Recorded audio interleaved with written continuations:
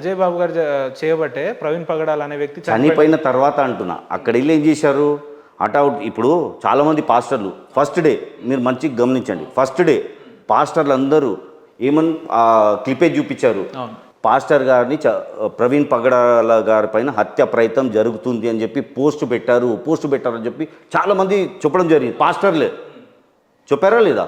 చెప్పిన వాళ్ళు first day, second day ఎక్కడున్నారు వాళ్ళు? ఓకే, పాస్టర్లే కదా. అక్కడ ఆర్ఎస్ఎస్ బీజేపీ పోలే కదా, హిందువులు పోలేదు కదా.